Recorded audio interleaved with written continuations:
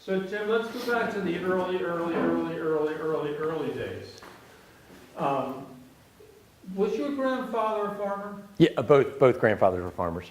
So that would be on mom's side and dad's side. That's right. So we're going to concentrate on them for a bit. Okay. Let me well, because it's two, we're just going to have to sort of take this one at a time. No, I never knew one. One passed away very young. Okay.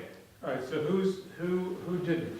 My mother's father. Okay. On the Warfield side. So those tell me about that farm. Sure. It's in Lisbon.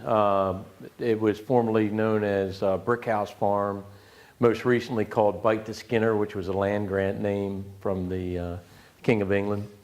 And that farm was comprised, well, in its day, it was thousands and thousands of acres. Warfield's range would be in the tens of thousands of acres. But in my grandfather's era, would have been a little under 300 acres, right around the 300 acre mark. He had a dairy farm, but by the time I came around, it really had the dairy was going out of the business, and he was doing a lot of work with apples. Had a cider mill and sold a lot of cider products. He also had a pony operation, and he would import kids to teach them about ponies and do a lot of pony rides and different things with he was a big pony guy.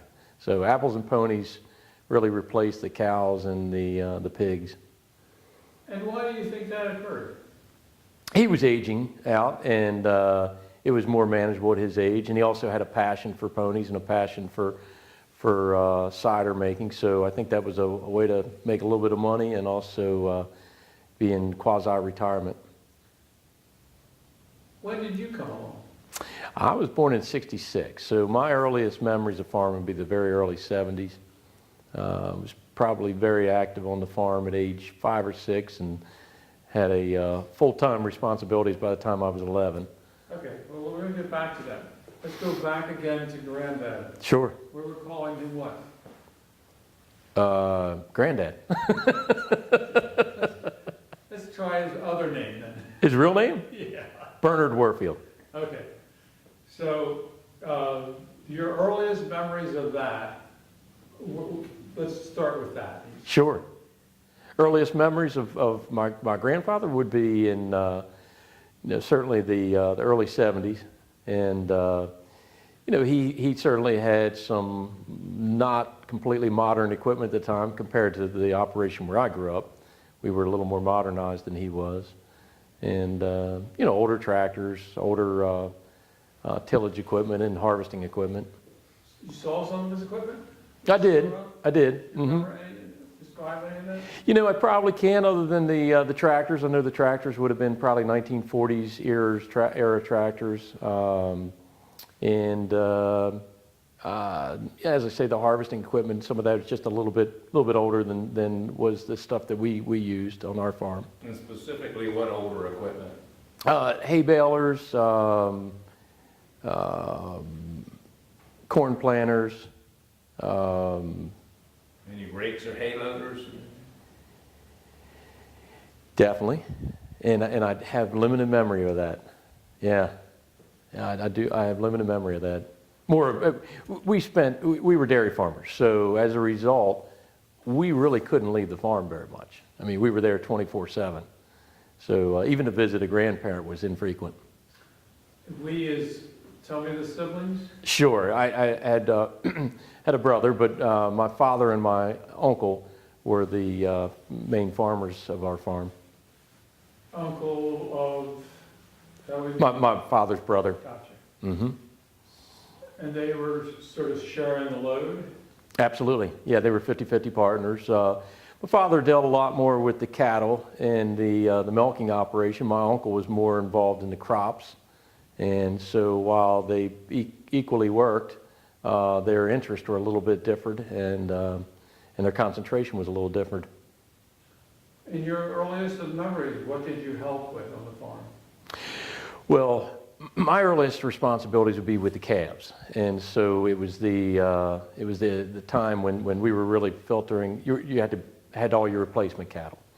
And it was kind of a neat time because Purina had just become active in our area, Purina feed sales, and they introduced some new ideas that really saved our operations because our mortality rate on heifer calves, was probably in the 20 to 25% range. It was quite significant. And Purina came and introduced the idea of housing the calves out in more natural environment, where you got them out of the barns, more ventilated areas, and as a result, the mortality went down to probably 3%. It was dramatic, and to this day, it's the same technique that everyone uses. But we were hands-on. We evolved out of that was a calf hutch, and calf hutches weren't made yet, so we actually were making them out of plywood and 2x4s, and we had some of the earliest models. Later, we introduced some ventilation parts to the back of the hutch so that you could add some windows and such. And nowadays, those hutches are used everywhere. Everyone uses them, and they're all plastic. They're shells, so they're made out of one piece. What did the earliest calf hutch look like? It would be a 4 foot tall by 4 foot wide by 8 foot long structure, and that was because that was the way you could most get the best use out of a sheet of plywood. So they were just simple sheets of plywood and 2x4s, and that was wildly successful, and kind of neat to see how that's evolved over the years, and that's the way everyone raises their calves now. And the purpose was to do what? Purpose was to do two things. A, to gain ventilation, better ventilation, so the animals are not confined within the space of a interior barn. And secondly, to isolate calves from one another so that if you had a disease that would hit one animal, it wouldn't spread from one to the next, and possibly, have some residue in the barn for years to come. So that was a wild success, and really helped a lot with the expansive dairy operations. And so there was 2 ways in? One way in, just only one open end, and then you do some type of wire cage or something to keep the animal in on the end. So they half would be inside and half outside. So the animal could, in the sunny day, be it in the middle of winter or in the middle of summer, lay outside. You could put some straw out there for them to stay clean and healthy. But then they could go inside if it were snowing or rain, or even in nighttime, just to gain a little bit of shelter. But the ventilation was tremendous. Now, the difference between those and what is current contemporary is what? The big difference is that the new ones are a whole lot lighter. So you can move them around a lot easier. They now have the ventilation doors that we thought we were fancy when we invented them. Now that's all come standard. So the ventilation doors, you just flip them open on a pretty sunny day to let crosshair go through. They also have feed trap doors, so you can feed indoors. The door flips down. You can feed all the animals indoors as well. And they probably one of the most important parts is being the fact that they are all made out of plastic. Now you can wash them quite easily. So very easy to disinfect. In our day, when you did lose a calf, which was infrequent at that point, you consider getting rid of the entire structure because it may house contaminant that could go on to the next calf. How long would a calf rent that place? 2 months. 2 months, yeah. Yeah, it's a minimum 45 days, maximum 90. I thought that was a long time. Yeah. 2 months. Yeah. He thinks it's not very long. I think it's a long time. Yeah, well, that's the most critical part of their whole life cycle. The most critical part is their first 12 to 24 hours. You try to get colostrum from the mother into the calf. If you don't have real colostrum, you get artificial colostrum nowadays. We didn't have that, back in the early 70s, and that's just critical to the calf's health and growth. But you get them good kicked off in the first 90 days, it is very easy after that, because in that 90 days, you had the colostrum stage, you had the first stages of introducing milk to them, you had the first stage of introducing hay, the first stage is introducing grain, then eventually you're going to wean them, and then you're also going to dehorn the animals. And those are the most stressful parts in the entire animal's life, probably tenfold compared to even when they get to calving age. Oh. So all right, so they're finished in their hutch. Where do they go for the next phase? Next phase would be to migrate them back with other animals. So at that point, then you're letting them circulate with other animals, and there's no real program for them other than get them a little bit fat and happy. Not too fat for dairy animals. And in our operation, we did something not everyone did, but it wound up being very successful for us. We effectively wasted our first calf to the extent that we bred our first calf heifers to an Angus bull. So they were crossbred. So the calf was going to be half beef and half dairy. It's of no value for dairy. It's of a little value for beef. And the purpose is that the calves are very small. So it was very easy on the cows. For the heifers to have their very first calf, the calving ease was quite. So we believe that by doing that, we got what we'd call an extra lactation, meaning a whole extra cycle out of each animal at the end of the day, that they could be milked a whole extra cycle, because they had to be rebred, of course, for the milk to be reintroduced in their mammary system. And that was just something that we did that not a lot of folks did. And after that first cycle, of course, it's all artificial breeding, and the artificial breeding is, really one of the most fascinating parts of the whole dairy industry, because even in my earliest memories, and going back well before my time, you'd have catalogs to select the sires from. And so if you have an animal that has not perfect feet, you could pick a bull that produces calves that have better feet. If you have cows that maybe have poor posture, you could pick a bull that throws calves that have better posture. Same with rib structure and udders and teat size, and you could go on and on and on. It was a selection, and it was just charts, and you'd pick from that. What did you do when a male was born as opposed to a cow? Yeah, so the males went away. They would go to market, and one of the great things back in the eras that I remember is we had the livestock market just a few miles up the road. It was the West Friendship Livestock Market. That was almost an event going there, because they had a restaurant inside there and a Coke machine. You could go put in your nickel or dime and get a Coke, and it's the only time I ever saw any type of soft drink product. And so yeah, our bull calves would go there, our aging cows would go there. How old were they when they went there? They'd be as young as 2 or 3 days.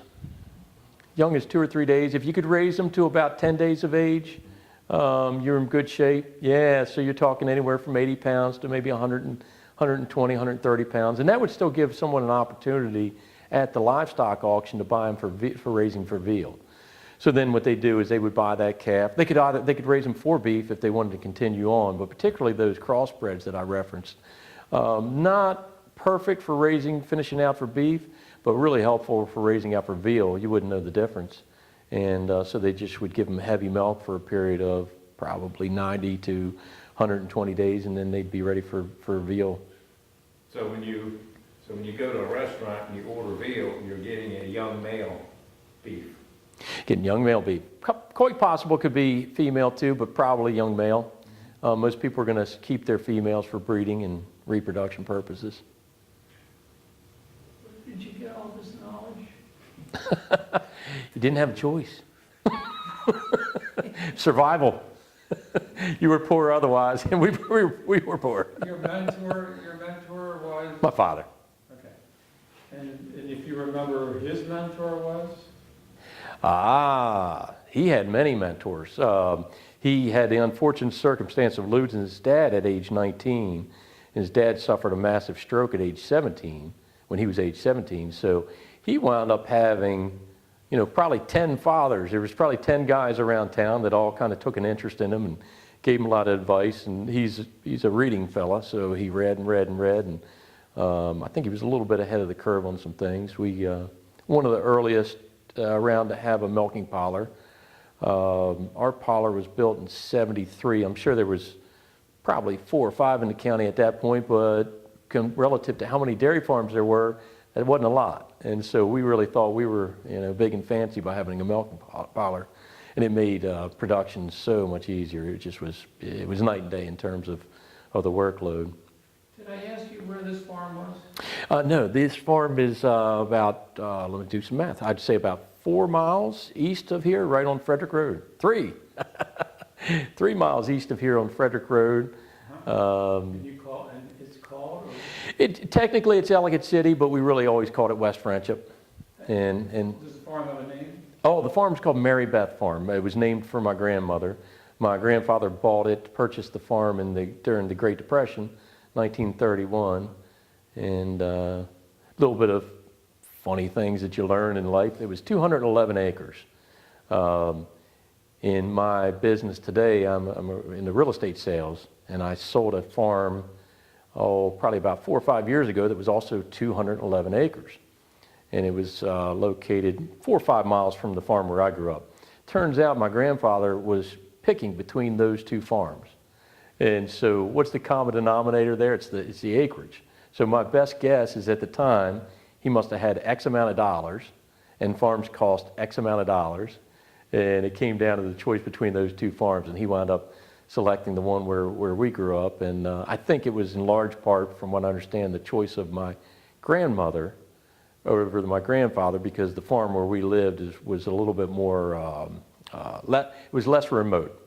The other choice was more remote. The one where we had was right on the old National Pike, so certainly a lot of activity here on Frederick Road, and I bet she felt a little less isolated. Do you remember your grandparents? My grandmother quite well. My grandfather deceased long before I was born, probably, I guess, almost 20 years before, probably 20 years before I was born.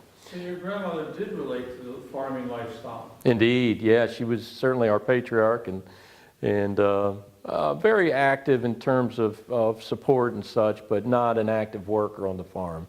Her support was more moral support and intellect and just some of those general things. And of course, if the man's out working in the fields, the equally important party is the one that has to raise the kids and cook the food, and most of those people also did the bookkeeping. So awful lot of females did that end of the work. So while their work was separate, certainly it was equal.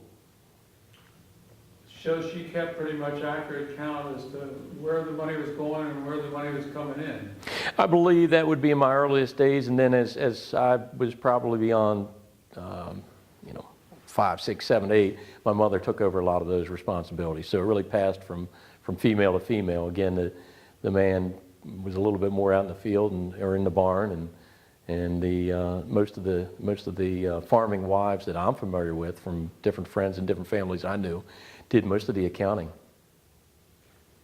So your grandmother made sure that your dad got some good meals then. She actually was more with my uncle. She lived with my uncle, so yes, she took very good care of him. And when I was fortunate enough to visit, just on the edge of the farm, I'd get fed well as well. Yeah, terrific cook. When you were that little, do you remember what you would do on what a typical Sunday was like in your family? Yes. Yeah, Sunday you would get up to milk cows probably around 4:30. You would finish milking by about 8:30. If you're fortunate enough to, you actually, I take that back, you didn't have time to eat breakfast. So you'd get a quick shower and go on to church. We attended church very close by. There was a Catholic chapel just about a mile from our farm, so we didn't have far to go. And we were all altar boys there, and my mother played the organ there. And we would attend the service and come back home, certainly grab a late breakfast, and maybe recreate for an hour, and then go back to the farm. And your day ended on the farm probably around 6, 7 o'clock, and then you retire, have dinner, and retire for the evening. You didn't mention where this church was. Duregan Manor. Yeah, Duregan Manor, which is to my knowledge, the only home in the United States of America still occupied by the continuing family of a legacy of a signer of the Declaration of Independence. And so Charles Carroll of Carrollton. What a treat it was for us to get to spend each Sunday in his home, because the chapel's literally attached to the home, and it's like going back into the mid 1700s every time you drive up to the home and chapel. Your time may have been different than mine, but where did you get the water to serve the Mass? Did you take it with you? No, Where did you get it? it was already there. In the church? Yeah, somebody must have already stocked everything. Because we had to For go us. to the other end of the mansion and go to the carriage house and pump it. Did you really? Yeah. Yeah, there was a time, many times when you'd have to use the facilities and there were none there in the church. So you'd go knock on Mr. Carroll's door and he'd always be very accommodating and let you in, use his facilities and such. But yeah, the altar was already set up by the time I came around every time. It wasn't its own church, so they'd share priests from St. Louis Church, from the Franciscan monastery that's just a few miles away that's also quite magnificent. We'd also get a priest from some of the local, not so local, high schools, perhaps from Catonsville. One of my favorites, Father Dorr. I tell this story in his memory, but he was an interesting man. He owned part of a liquor store, owned some interest in some real estate here and there, and quite a businessman in addition to being a priest. But he had somewhere important to go one day, and he told me, he said, and I was his altar server that day, he said, there's a $20 bill in this for you if you can get me in and out of here in a half an hour.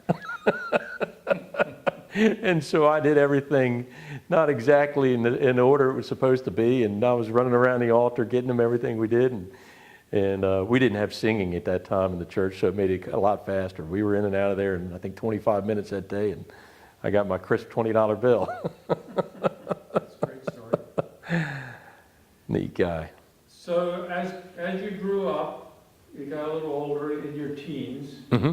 what were the circumstances of your life then?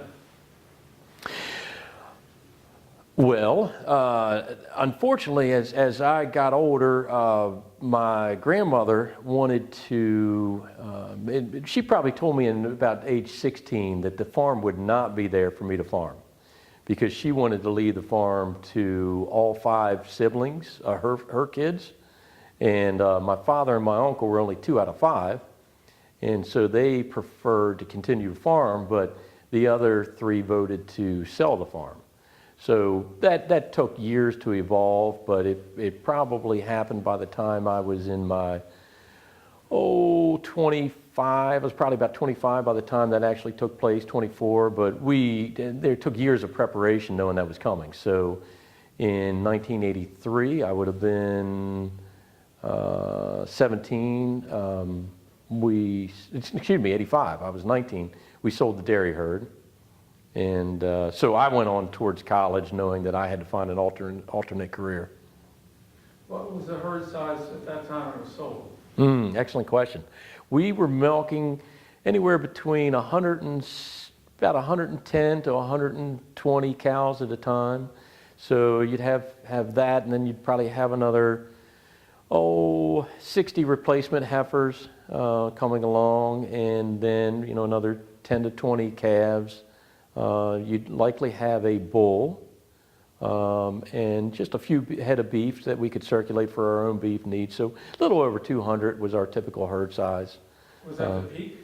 That was the peak. Yeah. There was times when we were more in the 80s, a little bit more before my time, but during my time we were probably never smaller than low to mid 90s in terms of milking cows. So you do the additions on that. Probably puts us at a herd size always from 130 to 200 during my memory. Just before it was sold then, what other animals were there? We had switched to beef. Yeah, kind of. Do you remember when that was? Yeah, that would have been in the, 19, probably the mid to late 80s. We would have switched to beef. One kind of interesting thing is local, right when we sold our dairy herd, a couple things interesting. Sold our dairy herd, we had a phenomenal sale. Our animals were what's called grade, meaning that they were not registered as purebreds. They were absolutely purebreds, but we hadn't done all the paperwork to maintain that through the decades prior. So for a grade sale, we had a phenomenal sale. The prices were staggering. We were just thrilled with the prices the cows bought, and it was a testament to my father in terms of the quality of the herd that he had built. But probably 6 to 9 months later, the federal government introduced a dairy buyout program where the government came and paid people money to get out of the business because there was an overabundance of milk. So they wanted to reduce the supply. So the government came and paid farmers X amount of dollars to get out of the business. And those same farmers got the same money we got. So we were thrilled by the quality of our sale because we thought it was quality animals. But the government paid the exact same fee for animals that were lesser quality and arguably better quality as well. And so we missed an opportunity there, but we didn't regret it because we were thrilled to know our cows went on to other farms and were utilized. And the other thing that happened shortly after that is we had a local farmer who wanted to replace their milking facilities. They wanted to switch to a milking parlor. And they had bought the old milking parlor from Kenny Warfield. Kenny had gone out of business at that time, and so they wanted to move his parlor to their site. And our site was perfectly operable. So they moved their entire herd from Lisbon to our farm in West Friendship, and were able to milk for about 9 months while they constructed their own site. But so unusual to be able to walk right in and have a milking parlor that's fully operable, milk tanks, coolers, washing systems, and it was nice to be able to do that for that family. This is kind of odd, but so farmhands, people who work under the farm manager, those are people that eventually, if they're serious, and I'm saying those are people because I'm talking collectively about the farmers around here, there's a big difference. I think you might be able to give me some insight into this. There's a big difference between being a farmhand who listens to instructions and then performs the necessary tasks throughout the operating day, right? But all of a sudden, I'm trying to figure out how the evolution happens when you say, I'm going to have my own farm. Mm-hmm. There's a big step there because this manager guy, we'll go even give him a name, like your dad, Mm-hmm. they're keeping it all together, you know what I'm saying? Right. It's their independent operation that they got complete control of, and you guys down here on this level of the hands are just saying, okay, I'm gonna do that today, okay, I'm gonna do that today. Do you have any perspective on how one changes that evolution from being the hand to being the real independent managing farmer? Sure. Well, and unfortunately, my stories in regard to my memories in regard to that are mostly unfortunate. We had a number of farm hands, and myself and my brother included, who probably had the skill set to go on to farm, but in my era, the real estate was just becoming impossible. So if you were going to continue to farm, you were either going to inherit the farm, which didn't happen in my case, or you were going to have to move well outside of the area. Eastern Shore may have been the closest you could get by with, but realistically, you're probably going to go out to the Midwest somewhere where land would be a tenth of what it was around here. So the real estate's ironic that it's became my business, but real estate's what really drove most of those farm hands out. There are several kids that came through the system, but while they didn't become farmers, you can't take away the farm knowledge from them, and it's amazing. I see it today, in oftentimes in different things I do when you're doing a simple task with someone who grew up on a farm, and there's just some very basic, commonsensical things. It may be a way that they back their car. It may be a way that they turn on a tractor. Just little odds and ends that you can't take away from you. One of the things you learn in farming that you have to improvise, and so you learn how to make do with. You have to be a mechanic, a plumber, a veterinarian, an agronomist, rainmaker. All those things wrapped up in one, and so it's very hard for some of these kids to continue on with the farming operation. We did have one farm hand who had all the skills. He had the temperament. He had all the right tools. And he absolutely wanted to become a dairy farmer, and he developed an allergy to milk, and absolutely killed his dreams. He tried using different lotions. He tried wearing different gloves. We tried everything to try to help him get through that, and it didn't work. So he had to go on to a different business. Do you remember your dad ever talking about having farm hands besides the children on the farm? Absolutely, yeah, and you know, the farm hands were, I mean, that's just the critical part of farming is you gotta have some good quality help. And I think through the history of our farming days, both in my memory and prior to my dad's time, we were just blessed with phenomenal help. He talked about a farm worker named Jim who lived right there on the farm and had a little cabin on the farm that evidently was a huge asset. We were also very fortunate to have the World War II prisoners of war housed right on our farm for a period of time. They occupied an old dance hall. We had a dance hall on our farm that in my days was used for hay storage and such, but prior to that it was actually a side income, so there were some revenues that came in from that. And during the war, there was a time when that was occupied somewhat by prisoners of war, and he said those prisoners of war were phenomenal help. He said you'd never known that they were our adversaries, that they did everything they could to help promote the farm. And he even recalls some tale of being in a little bit of a safety hazard at some point, and he said one of the German prisoners saved him from some situation. But she also was quite blunt, saying that farming is a very difficult operation to raise a family, and it would probably be best if I received a formal education and was prepared to diversify in some way. Sounds like you appreciated that. Yeah, didn't at the time. Certainly do now. Anything on your mind? Did your dad ever have thrashing or wheat on the farm?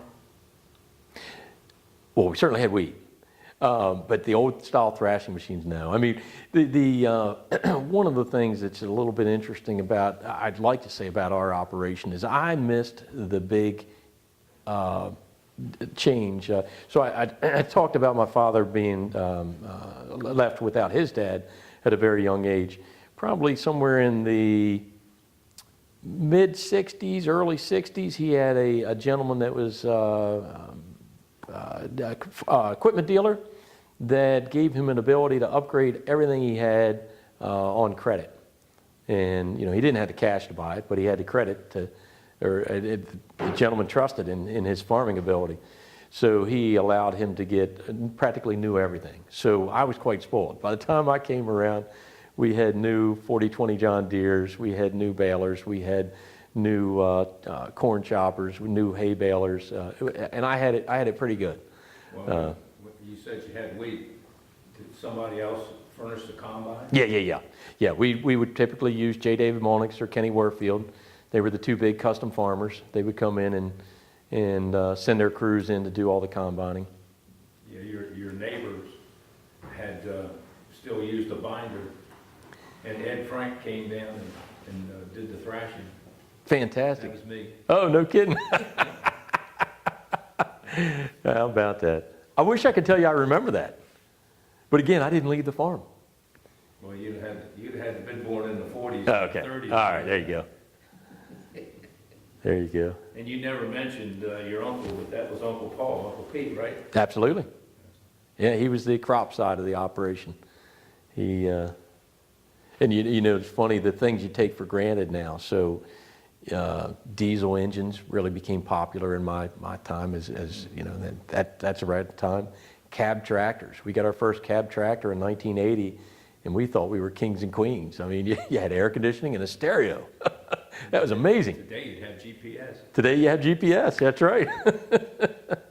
and where you sold your products. So that's really changed a lot. So, you know, when we harvested a field of corn, you know, you'd shop around between southern states and J. David Monix and Jeannie Monix and Kenny Warfield, and maybe Dragon Manor might have some extra storage, and some of these places that had drying facilities, the Clarks. Now you're pretty much relegated to driving your crop 30 minutes at a minimum.